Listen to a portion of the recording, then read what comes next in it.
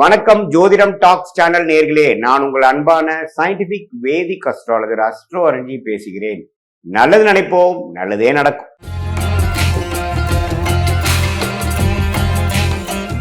இந்த வீடியோவில் நம்ம என்ன பார்க்க போறோம்னா, மிதுன ராசிக்காரர்களுக்கு 2026 மே மாதம் எத்தகைய ஒரு மாதமாக பலாபலன்கள் நிறைந்த ஒரு மாதமாக இருக்க போகுதுங்கிறது சயின்டிபிக் வேதிக் அஸ்ட்ராலஜி முறையில் எதையும் மிகைப்படுத்தாமல் உள்ளது உள்ளவாறு பரிகாரங்கள் அது மாதிரி மூட நம்பிக்கையில் போகாமல் நாம் தெளிவாக பார்க்க போகிறோம்.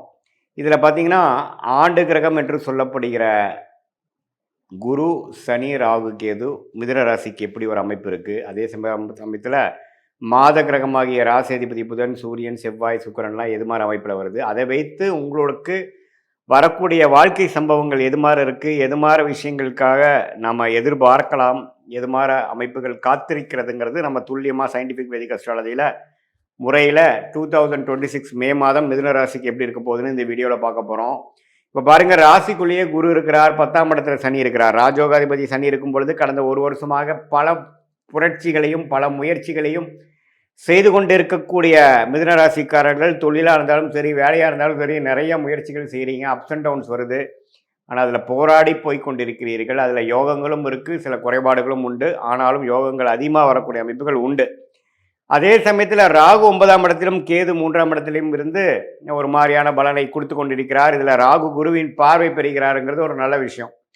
இப்படி ஒரு அமைப்பு இருக்கிறப்போ உங்களுடைய மாத கிரகமாகிய ராசி அதிபதி புதன் எப்படி இருக்கிறாருன்னா 11ஆம் இடத்துல இருக்கிறார். மாதத்தின் ஸ்டார்ட்ல 3rd and 4th week, second half of May என்ன ஆகிறாருன்னா புதனே பார்த்தீங்கன்னா 12ஆம் இடத்துக்கு அதுக்கு பிடித்த சுக்கிரனோட வீட்டில் வரார்.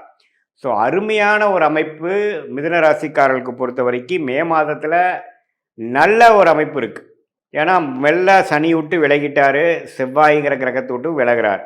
ஸோ சனி செவ்வாயோட விலகி புதன் வந்து மெல்ல சுக்கிரனோட வருது, சுக்கிரனோட வீட்டுக்கு போகிறது அப்படிங்கிற மாதிரி அமைப்பு வரும்பொழுது இதுவரை கடந்த 3-4 வருஷம் 3 மாதமாக ஜனவரி மாதம் 2026 சில வாய்ப்புகளை நழுவ விட்ட மிதுன ராசிக்காரர்கள் இந்த டைமில் வந்து நல்லாவே கையில் 2 கையிலையும் பிடிச்சிக்கக்கூடிய அமைப்புகள், திருமண விஷயங்கள், இல்லற விஷயங்கள், பெண்கள் விஷயங்கள், கணவனாக இருந்தால் மனைவி, மனைவியாக இருந்தால் கணவன் இல்லை, அது மாதிரி விஷயத்தில் அந்யோன்யங்கள் பெறுகிற மாதிரியும் நல்ல சுகபோகங்கள் வளரக்கூடிய அமைப்பு, வசதிப்படுத்திக்கக்கூடிய அமைப்பு, வாழ்க்கையில் உங்களுக்கு வேணுங்கிற சில வீடு விஷயமா இருந்தாலும் சரி, வண்டி வாகனமாக இருந்தாலும் சரி, வசதிப்படுத்திக்கக்கூடிய அமைப்புகளில் அதுக்கு வேணுங்கிற பண வரவுகள் எல்லாமே நன்றாக இருக்கக்கூடிய அமைப்பாக மே மாதம், குறிப்பாக சொல்லணுன்னா செகண்ட் ஹாஃப் ஆஃப் மே வந்து மிதுனராசிக்காரர்களுக்கு இருக்குதுங்கிறது நாம் தெரிந்து கொள்ள வேண்டும். இது ஒரு அற்புதமான ஒரு விஷயம். அதே சமயத்தில் சூரியன் 11ஆம் இடத்துல இருக்கிறார், அது லாபஸ்தானத்தில் இருக்கிறார். லக்னாதி ராசி அதிபதி 11 இருக்கிறார். சுக்கிரன் பாருங்கள் 12ஆம் வீட்டிலே இருந்து மாதத்தின் செகண்ட் ஹாஃபில் ராசிக்குள்ளேயே வரார். இதெல்லாம் பார்த்திங்கன்னா நம்ம யோகமான ஒரு அமைப்பு. இது மூலமாக முன்னமே சில விஷயங்கள் நம்ம செஞ்சுக்கலாம். வாழ்க்கையில் இதுவரை நம்ம செய்யக்கூடிய படிக்கக்கூடிய ஸ்டூடெண்ட்ஸாக இருந்தாலும் சரி, மாணவர்கள் இருந்தாலும் சரி, ஒரு உத்தியோகத்தில் இருக்கிறவங்க இருந்தாலும் சரி, நடுத்தர வயதினராக இருந்தாலும் சரி, நல்ல டக்குன்னு சில விஷயங்கள்லாம் நடந்தது. நம்மளால் காத்துட்டு இருந்ததெல்லாம் கொஞ்சம் ஓரளவுக்கு பண்ணிட்டேன், சில விஷயங்கள் எனக்கு கைவிட்டு போனதெல்லாம் இப்போ கொஞ்சம் கிடச்சிது அப்படிங்கிற மாதிரி ஒரு நல்ல யோகமான ஒரு அமைப்பாக மிதுன ராசிக்காரர்களுக்கு அது வருகிறது. அதே சமயத்தில் மாதத்தின் ஃபஸ்ட் அண்ட் செகண்ட் வீக் பார்த்திங்கன்னா ஃபஸ்ட் ஹாஃபில் பார்த்திங்கன்னா செவ்வாய்ங்கிற சத்ருபா அதிபதி பார்த்திங்கன்னா சனியோட சேரும் பொழுது கொஞ்சம் உடல் உபாதைகள், வண்டி வாகனத்தில் போகிறப்ப கேர்ஃபுல்லாக இருக்கணும். ஏன்னா 6ஆம் வீட்டு அதிபதி சனியோட சேர்ந்து 10ஆம் இடத்துல இருக்கும் பொழுது தொழிலில் வந்து சில சங்கடங்கள், சில எதிர்ப்புகள் வரலாம். கொஞ்சம் கேர்ஃபுல்லாக முதல் ஃபஸ்ட் ஹாஃப் பார்த்துக்கிட்டு செகண்ட் ஹாஃபில் வந்து அதோட லாபத்தையும் அதோட நல்ல பலனையும் அணிவிக்கக்கூடிய ஒரு அற்புதமான ஒரு மாதமாக சுக்கிரனுங்கிற ராஜோகாதிபதி ராசிக்குள்ளே வருவதனாலையும், ராசி அதிபதியே 11ஆம் இடத்துலையும் 12ஆம் இடத்துலையும் நல்ல அமைப்பில் இருக்கிறனாலையும், ராஜோகாதிபதி 10ஆம் இடத்துல நீடித்திருக்கிறனாலையும் நல்ல அமைப்புகளை கொடுக்குது. ராசிக்குள்ளேயே குரு இருக்கிறார். ஜூன் மாதத்துக்கு அப்புறம் தான் குரு பயிற்சி ஆகுறதுங்கிறது நம்ம தெரிஞ்சுக்கணும்.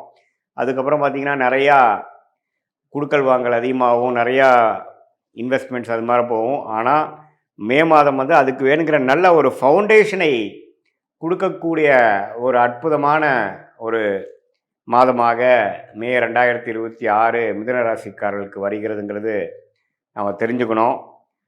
இது வந்து ஒரு பொதுவான பலனே தவிர, உங்களுடைய ஜென்ம ஜாதகம் எப்படி இருக்குது, பிறந்த தேதி, பிறந்த நேரம், பிறந்த ஊரை வைத்துக்கொண்டு உங்களுடைய திருக்கணித பஞ்சாங்கம் பிரகாரம் உங்கள் ஜாதகத்தை போட்டு நீங்கள் என்ன லக்னத்தில் பிறந்தீங்க, மிதுன ராசியில் திருவாதிரை நட்சத்திரமா, மிருகசீரி நட்சத்திரமா, புனர்பூச நட்சத்திரமா, என்ன நட்சத்திரத்தில் பிறந்தீங்க, உங்களுடைய தசாபுக்திகள் எப்படி இருக்குது, உங்கள் லக்னாதிபதி எப்படி இருக்குது, இப்போ என்ன நடக்கக்கூடிய தசைகள் எப்படி இருக்குதுங்கிறதெல்லாம் நல்லா துல்லியமாக ஆராய்ந்து அதில் வரக்கூடிய துல்லியமான பலன்களையும் இப்போ நம்ம கோச்சாரத்தில் பொதுவான மிதுன ராசிக்காரர்களுக்கு எப்படி இருக்குதுங்கிறதையும் சேர்த்து வைத்து நம்ம கொஞ்சம் துல்லியமாக பார்க்கும் பொழுது அடுத்த வரக்கூடிய காலங்கள் ஷார்ட் டேர்ம் எப்படி இருக்குது, அடுத்த வரக்கூடிய லாங் டேர்ம் எது மாதிரி ஒரு அமைப்பாக காட்டுகிறது, எந்த நேரத்தில் எது செய்யணும், எப்போ வந்து நல்ல நேரம் வருது, எப்போ ஜாப் சேஞ்ச் பண்ணலாம், எப்போ தொழில் அபிவிருத்தி பண்ணலாம், எப்போ தொழில் ஸ்டார்ட் பண்ணலாம், திருமண விஷயங்கள் எப்போ காட்டுது, லேட் மேரேஜா ஏர்லி மேரேஜா, அந்த இல்லற வாழ்க்கை அமையக்கூடிய அமைப்பு எப்போ வருது,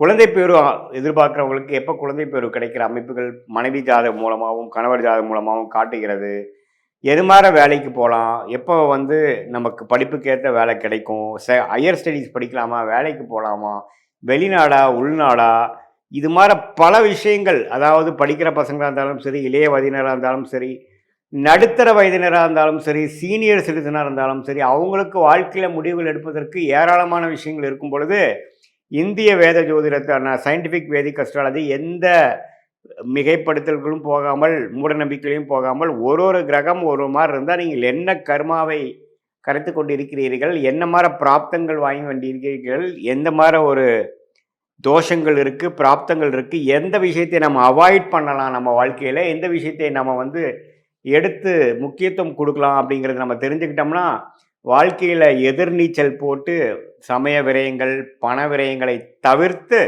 என்ன விஷயங்கள் நமக்கு காத்திருக்குதோ அது மாதிரி விஷயங்கள் செய்து கொண்டு அதுக்கு நம்ம பாஸ்ட் லைஃப் வந்து கரெக்டாக நம்மளுடைய சயின்டிஃபிக் வேதிக் அஸ்ட்ராலஜி முறையில் மேட்ச் ஆகுதா, நம்ம பாஸ்ட் லைஃப் நம்ம ப்ரிடிக்ட் பண்ணுறது கரெக்டாக இருக்கா அப்படிங்கிறத செக் பண்ணிவிட்டு இப்போது ப்ரெசன்ட் டைம் எப்படி இருக்குது, அடுத்து வரக்கூடிய இம்மீடியட் ஃப்யூச்சர் எப்படி இருக்குது, அதுக்கப்புறம் வரக்கூடிய லாங் டேர்ம் ஃப்யூச்சர் எப்படி இருக்குங்கிறதெல்லாம் துல்லியமாக பார்த்து அதற்கேற்ற முறையில் நாம் வந்து நல்ல அமைப்பாக நாம் நம்மளுடைய வாழ்க்கை சம்பவங்களை அமைத்து கொண்டு அதுக்கு தகுந்தமான முயற்சிகளை நம்ம செய்யும் பொழுது மிதுன ராசிக்காரர்களுக்கு இப்போ இருக்கக்கூடிய அந்த பொதுவான ஒரு அமைப்பு எது மாதிரி விஷயங்கள் காட்டுதோ அதை வந்து இன்னுமே நம்ம ஃபைன் டியூன் பண்ணி எது மாதிரி விஷயத்தில் எது மாதிரி டைமில் நம்ம எடுக்கலாம், எந்த விஷயத்தை நம்ம அவாய்ட் பண்ணலாம், நம்மளுடைய யோகமான கிரகம் என்னவா வருது, எதை நோக்கி போகலாம், எதில் நமக்கு லாபங்கள் அதிகமாக இருக்குது, எதில் நமக்கு பிராப்தங்கள் இருக்குது, எந்த டைரெக்ஷனில் போனோம்னா நம்ம ஈஸியாக